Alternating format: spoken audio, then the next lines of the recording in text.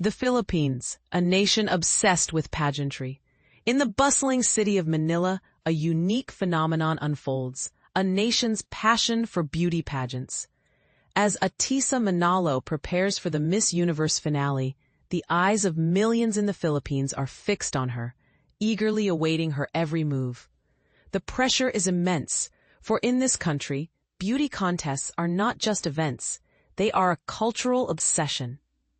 In the Philippines, we stop for three things, the three Bs: boxing, basketball, and beauty pageants, Manalo explains. Beauty queens inspire us, especially in a developing nation like ours. We crave stories that motivate us to strive for more. The extent of this obsession is evident in the hundreds, if not thousands, of pageants held annually across the country. From schools to village halls, these contests are integral to celebrations and religious festivals. The most prestigious are at the national and international levels, with beauty boot camps training aspiring contestants. This thriving pageant industry has created an entire ecosystem, employing coaches, designers, influencers, and more. It takes a community to create a beauty queen, says Jonas Gafood, CEO of Miss Universe Philippines, known as the Queen Maker. Many depend on this industry for their livelihoods. Even at a small competition in Lamot Dos, the atmosphere is electric. The entire community seems to have gathered, creating a deafening buzz as spectators cheer and blow horns, waving giant placards with contestant images. The makeshift backstage is a hive of activity, with makeup artists and stylists preparing competitors for their advocacy speeches and flamboyant costumes. This is my first pageant, and I want to prove myself to my family, says 21-year-old Mark Glenn Cosico. For 17-year-old Eureka May Latayan, pageants have built her confidence, and winning means pride. National pride and Filipino identity are palpable. Before the energetic runway parade, attendees join in prayer, and a video montage showcases the country's breathtaking landscapes. The audience is hushed as Leah Salonga's Tagumpay Nating Lahat fills the air, evoking a sense of Filipino spirit and unity.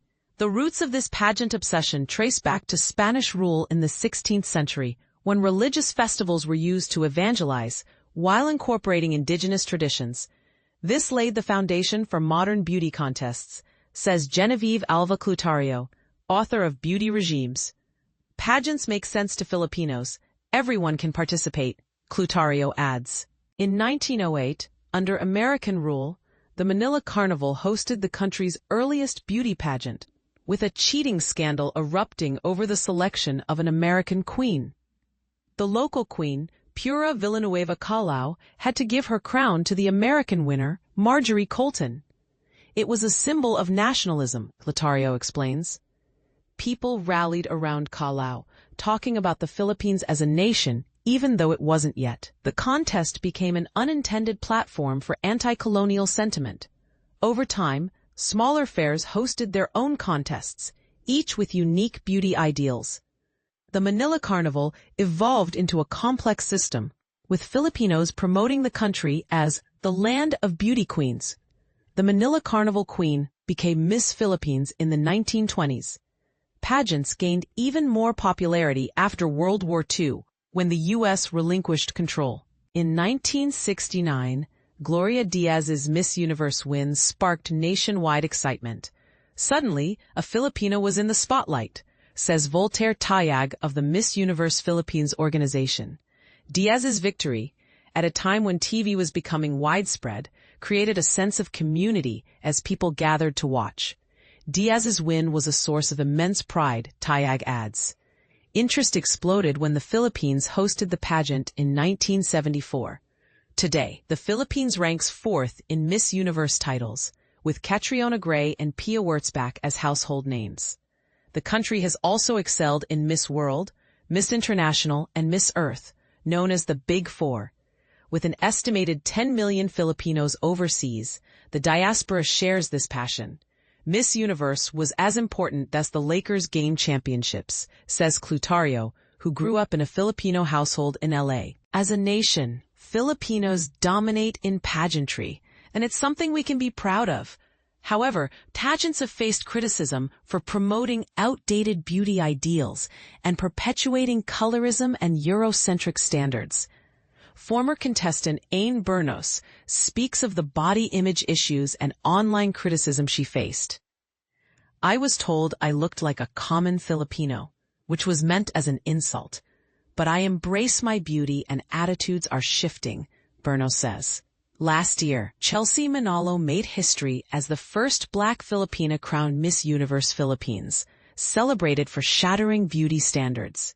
"As a woman of color, it was a fight, but now women who look like me have an image to aspire to," Manalo adds. Pageants are diversifying, with male and LGBTQ+ contests gaining popularity. Manila hosted the Mrs. Universe finale, a competition for married, divorced, and widowed women, challenging traditional pageant norms. Atisa Manalo's journey began in poverty, competing to win school tuition. She has since placed highly, funding her education through scholarships and pageant winnings. Despite stumbling during the evening gown round, she persevered, winning Miss Universe Philippines in May. "When I fell, it went quiet, but I got back up and the audience roared. I felt their support," Manalo recalls. Since then, her schedule has been hectic, but she is driven by the desire to make the Philippines proud. "The pressure comes from the support. It means people are paying attention," she says. Watch Atisa Manalo's journey on All Access and witness the power of this Filipino obsession.